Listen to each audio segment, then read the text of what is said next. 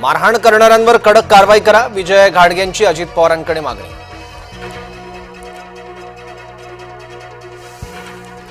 मंगळवारपर्यंत कृषी मंत्र्यांचा राजीनामा घ्या, अन्यथा आंदोलन करू, छावा संघटनेचा अजित पवारांना इशारा. महादेव मुंडे हत्या प्रकरणात एसआयटीची स्थापना, सकाळपासून सुरू असलेल्या आंदोलनाला स्थगिती.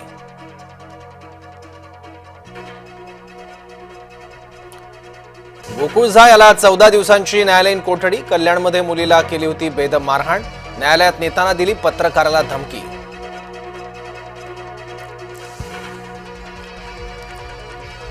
महायुतीतील 8 मंत्र्यांना मंत्रिपदाला मुकावं लागणार, शिरसाट, गोगावले, योगेश कदम, भुसे, कोकाटे हिटलिस्टवर, सामनाच्या दाव्यामुळे भोवया उंचावल्या.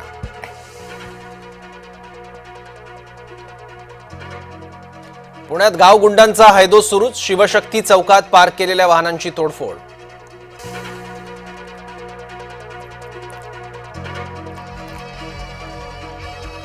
संभाजीनगरमध्ये प्रियकरानं प्रेयसीला दरीत ढकललं, दरीत कोसळून 24 वर्षीय प्रेयसीचा मृत्यू.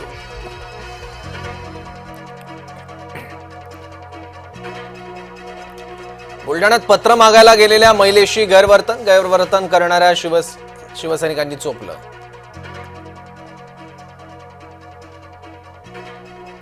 त्र्यंबकेश्वर मंदिरात गळती, सभामंडप गाभारा आणि कळसातून झिरपतंय पावसाचं पाणी.